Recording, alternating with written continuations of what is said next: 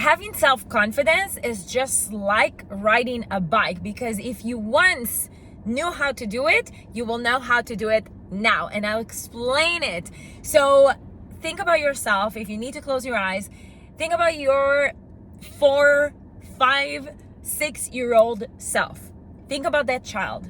That child was out there experimenting, doing things. If you can't think about yourself right now, look at another kid that's around you, or just imagine a child at that age around you. They're trying everything. They're experimenting everything they can. They are curious. They are investigating things. They're asking why, these type of behavior is something that you and I had before. You were that child. Think about yourself.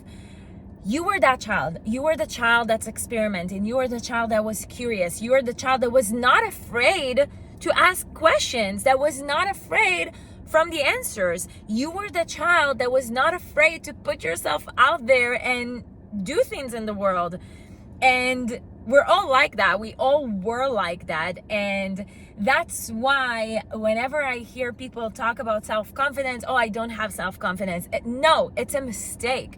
You do have self-confidence. However, it's kind of like a scale of levels. If you want to think about it this way, it's kind of like a scale. So let's say 10 is the highest, 1 is the lowest. When you're 5-year-old, or for me, in my case, I can give you an example. When I was 5 or 6-year-old, I was the most spicy little child, and my self-confidence in that level was probably, if the highest is 10, I was probably 12. And I'm sure you are too. If you're watching this video, if you're watching my vibe, if you're relating to my vibe, I know that you know. If you know, you know. The vibe was self-confidence level 12. Right? So how can it be that from level 12, now you can tell me, oh, I don't have self-confidence? It's not disappearing. It doesn't go anywhere. And that's why I'm saying it's kind of like riding a bike, because if you once had it, you still have it. You still have it. You haven't lost it. A lot of the times we say in English, and that's a little tricky using those words, we say, oh, I lost my self-confidence. No. You didn't lose it. You forgot it. You forgot it, and you need to remember. And this is why we're doing this. And this is why I'm filming this video. And I have a ton of people walking around, and I'm just like, F it. Because I want you to remember. I want you to remember that time that you were that child that had the 12 scale level of self-confidence. I want you to remember that child. And instead of, I can speak for myself, coming from a perspective of, oh my God, my parents did it to me, my brothers, my whoever, my friends, my this, the boss, the boyfriend, whatever, dropped my self-confidence. Because of them, I'm not in a level 12. No, we're not blaming. This is not the vibe. We're not blaming anybody. This is the circumstances. Well, to that evidence, we're all in the same boat, right? So all the life experiences and all those lessons, you don't judge it. Like, don't be mad at it. They're just there to teach you and to help you go up to the next level, to a deeper level of self-confidence. Because again, we said, okay, let's say I was the child, 6-year-old me, very spicy, very saying what she thinks, very like tuck on my toes. Then, okay, great. But the fact that my parents maybe didn't answer every time I call them does not necessarily mean that they are to be blamed with me having self-confidence, just for an example, of a level 2. Right? They're not to blame. It's just one of the things that were in my life's experience, one of the lessons I needed to go through, because I needed to forget the 12, the self-confidence level 12, in order to come back, in order to do the journey, to ask myself the questions, to go into the self-discovery journey and ask myself the deep, hard, very difficult, challenging questions, and ask myself those questions to remember the 12 level self-confidence. So I went all in, but I really want you to have that in your mind that you had this before. They're asking if I'm not moving. No. Look. So speaking of which, by the way, you are now watching me in my hometown, and that's the reason that I remembered my 12-year-old self-confidence, because there's something. Well, first of all, let me just say I'm in my hometown, my hometown in Israel. I haven't been here for 3 years. And so many emotions, but one of them, it's funny because I've heard that before. I don't know who said that, but there's a saying: if you feel like you're enlightened, go visit your family.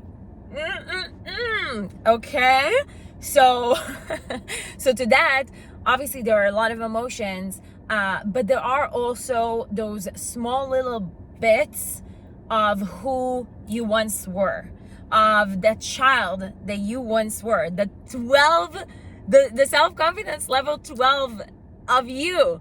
And this is beautiful because you can slowly understand that all those experiences in life and all those heartbreaks and all those breakups and people doing things around you, and you feel like, oh, why is this happening to me?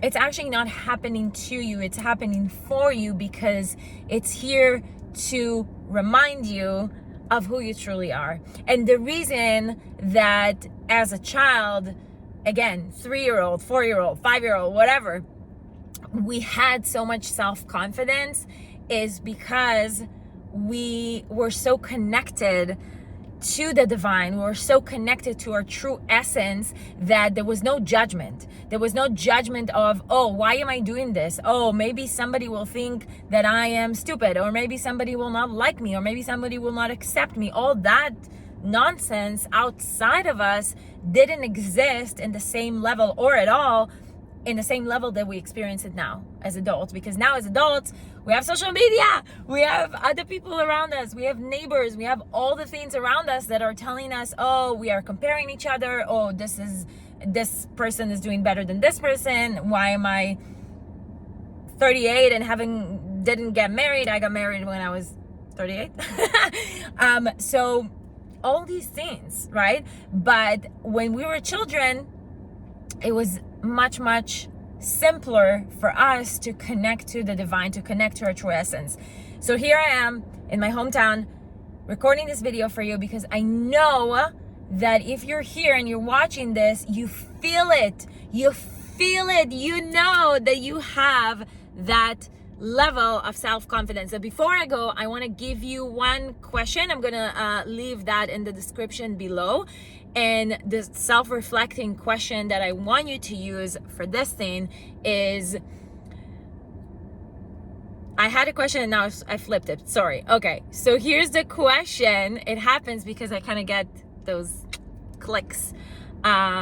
People call them downloads. I call them clips, whatever. So the question I want you to ask yourself is, close your eyes, play some meditation music, whatever you need.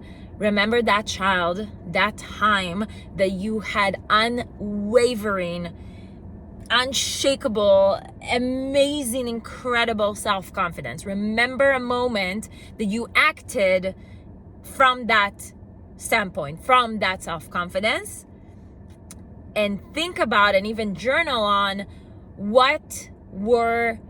how did you act, and what were the feelings that you had on that moment or in that period in your life. What were the feelings?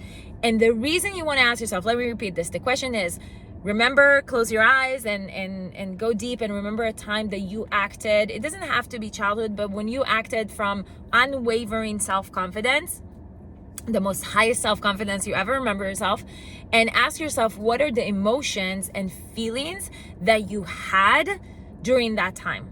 And the reason you want to ask yourself the feelings is because, not the words, not the feelings, what did you feel inside, is that our lives are based on our emotions. Everything we do is based on our emotions. We have a thought, then we feel it, then we behave it, all that circle, right? If you're interested more, I can share some more about it. But our lives are really just based on our emotions. If we feel good, we do all the good stuff. If we feel bad, we procrastinate or do all the things, whatever.